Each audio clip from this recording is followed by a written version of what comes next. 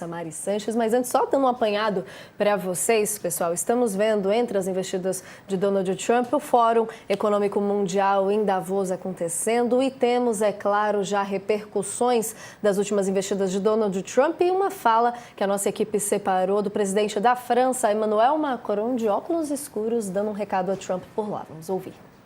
Look at the situation where we are. I mean, a shift towards autocracy against democracy. More violence, more than 60 wars in 2024, an absolute record, even if I understood a few of them were fixed. And conflict has become normalized, hybrid, expanding into new domains, space, digital, information, cyber, trade, and so on. It's as well a shift towards a world without rules, where international law is trampled underfoot, and where the only law that seems to matter is that of the strongest, and imperial ambitions are resurfacing. Mariana Sanches aqui com a gente já, que saudade que estava de te ouvir no All News, Mari. Queria te ouvir sobre esse um ano de trabalho de Donald Trump, que imagino não tenha sido nada fácil, mas como podemos trazer agora as repercussões a Trump lá em Davos? Ele estava de óculos escuros por uma questão de saúde, né? Mas dizendo então que não é momento para imperialismos e colonialismos. O que podemos esperar desses discursos por lá, Mari? Boa tarde. Boa tarde, Nath. Saudade de você e do Josias, que eu também não vi há tempo, estava de férias e depois a gente não coincidiu mais. E um beijo para o Léo, que já saiu, mas me anunciou antes da saída. E, claro, um olá, uma boa tarde para a nossa audiência. Hoje é um dia muito significativo, como a Nath falou, é o primeiro aniversário do segundo mandato de Donald Trump, um primeiro ano de mandato que mudou muitas das coisas que a gente conhecia no mundo, né? Mas para responder primeiro a questão do Macron, pois é, Nath, a assessoria do presidente francês afirmou que ele teve uma ruptura de vaso sanguíneo em um dos seus olhos e que isso gerou um sangramento interno, uma pequena hemorragia que é benigna, mas cujo aspecto é incômodo. Por isso, o presidente estaria usando os óculos escuros para mandar essa mensagem a Trump, o que deu a ele conferir um certo estilo badass, né? Para ficar aqui no vocabulário de Washington atualmente. Mas a verdade é que Macron e Trump estão em uma batalha aberta, inclusive o próprio Trump andou vazando mensagens do Macron questionando Trump sobre o comportamento dele em relação à Groenlândia. Recentemente, os europeus enviaram algumas tropas para a Groenlândia depois que o presidente americano voltou a citar o interesse inegociável, segundo ele, de deter o controle sobre a Groenlândia, que é hoje um território autônomo da Dinamarca e que diz não estar à venda, de não ter interesse em ser absorvida pelos Estados Unidos. Inclusive, essa madrugada, o próprio Trump publicou nas suas redes sociais uma montagem em que ele finca uma bandeira americana em território da Groenlândia. O presidente americano vai desembarcar hoje na Europa, em Davos, na Suíça.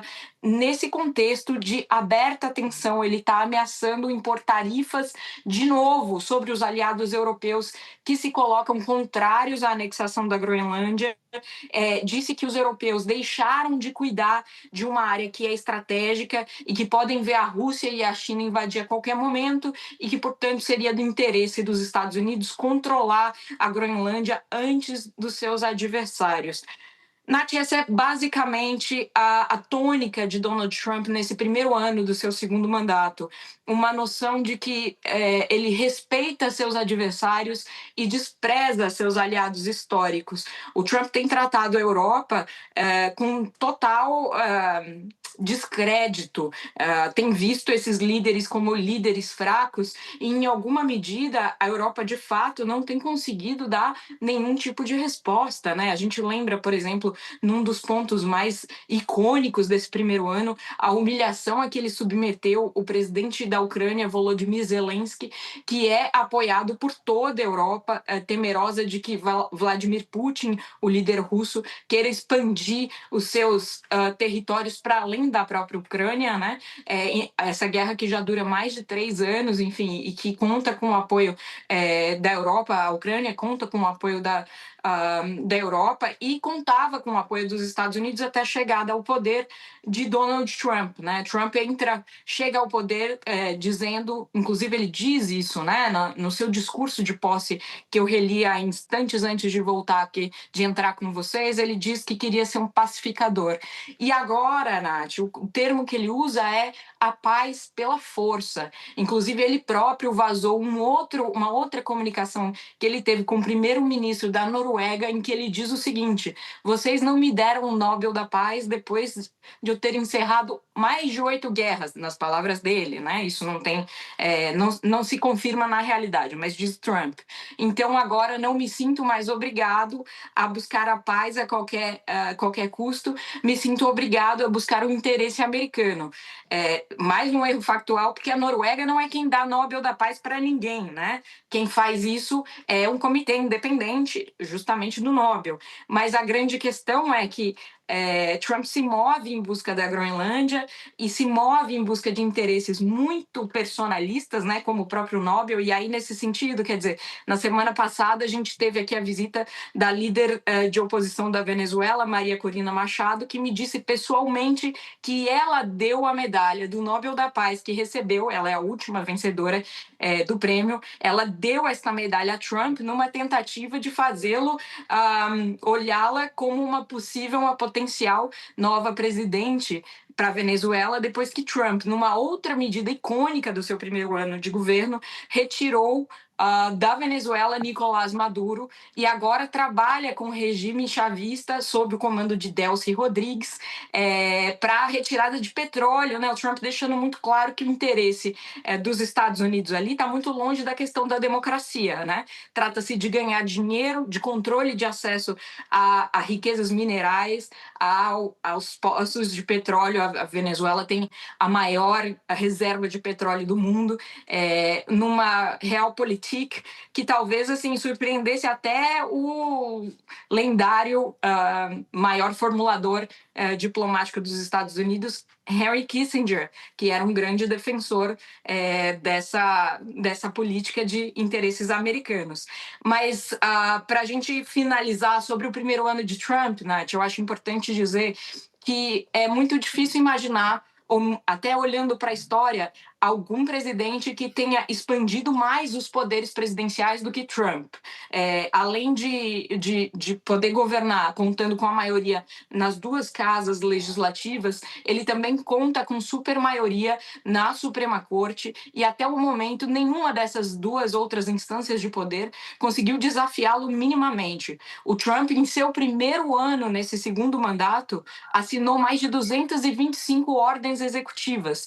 É mais do que ele fez no primeiro ano, no primeiro mandato inteiro. É mais do que o Biden fez em 4 anos de mandato. É o que costumam fazer os presidentes recentes em todos os seus 4 anos. Quer dizer, o Trump literalmente governou por meio de ordens executivas que foram muitas vezes mantidas, né?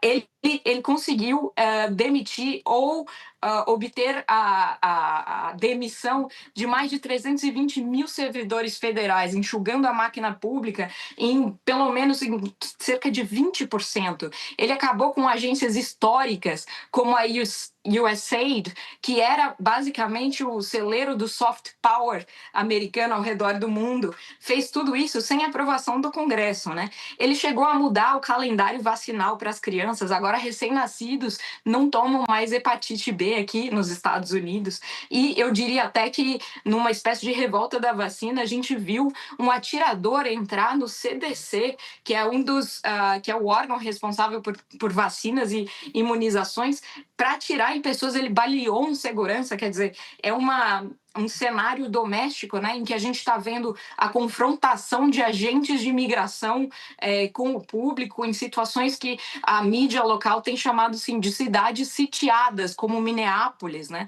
E essas atuações levaram a mais de 600 mil deportações, segundo o governo Trump, sempre importante lembrar, né? O Trump impôs tarifas a mais de 200 países. Enfim, Nath, a gente poderia passar aqui talvez meia hora só listando os feitos de um ano do governo e talvez por isso o nosso espectador sinta que é bem mais do que um ano, talvez uns 10 anos a gente viveu, e olha que eu nem citei todos os aspectos mais chamativos aí desse primeiro ano. Não, com certeza, Mari. É impressionante, ainda mais impressionante a gente ver esse encadeamento dos fatos, né, Josias? Eu vou só chamar um rápido intervalo para quem está acompanhando a gente na TV, mas fique com a gente no YouTube que o Josias vai colocar mais pontos aqui para Mari. Tem uma dúvida, Mariana. Nessa polêmica entre o Trump e o Macron, o Trump disse, em resposta à decisão do Macron, à informação do Macron de que não vai aderir àquele conselho de paz para a faixa de Gaza, o Trump disse, tudo bem, então vou impor uma tarifa de 200%, tarifa de importação sobre o vinho, o champanhe da França, né? Há também o mesmo convite para o Lula, que hesita em aceitá-lo, né? O Palácio do Planalto ainda não disse o que vai fazer, se o Lula vai ou não compor esse chamado Conselho de Paz para a faixa de Gaza, mas fica a impressão de que quem não aderir ao convite, é um convite meio imposição, né? Quem não aderir pode ser tarifado, né? O Brasil está vivendo a fase da química com o Trump. Acha que há o risco de, eventualmente, o Brasil sofrer novas tarifas caso o Lula opte por não integrar esse conselho? O Trump, ele gosta muito do conceito de clubes, né, Josias? Não é à toa que ele tem lá a sua residência em Mar-a-Lago, um grande clube de milionários que, inclusive, enfim, tem que assinar, né, tem que comprar uma titularidade ali. Aliás, já nem existe mais, já nem está mais à venda. Mas, enfim, essas pessoas lá de Mar-a-Lago hoje compõem o governo, né? É assim que ele funciona. E diante de um cenário internacional hostil, né, diante do seu desprezo pela ONU, vamos lembrar, inclusive, que ele acaba de sair de quase 70 organismos multilaterais, incluindo vários deles da ONU, né, como o IPCC, que observa mudanças climáticas, entre outros. Enfim, dado esse histórico, o Trump agora quer criar ele próprio o seu mecanismo internacional, um mecanismo em que ele, claro, vai dar as cartas, tanto assim que ele convida, né, ele vai dizer quem é que pode entrar, mas para entrar a pessoa precisa pagar, o país vai ter que pagar $1 bilhão, né, e vai ter que seguir as regras do próprio Trump. Não está claro, quer dizer, se é um órgão que é consultivo, se vai ter deliberação, enfim, porque as regras são do próprio Donald Trump. Originalmente era para fazer um gerenciamento da paz em Gaza, mas agora esse parece que será um órgão permanente de atuação internacional. E é uma sinuca de bico, mais uma, né, para o governo Lula, que já ficou numa situação difícil com a questão da Venezuela. Esse fim de semana, inclusive, o próprio presidente Lula publicou um artigo em inglês no jornal The New York Times para dizer que o hemisfério não é de Donald Trump, o hemisfério é nosso.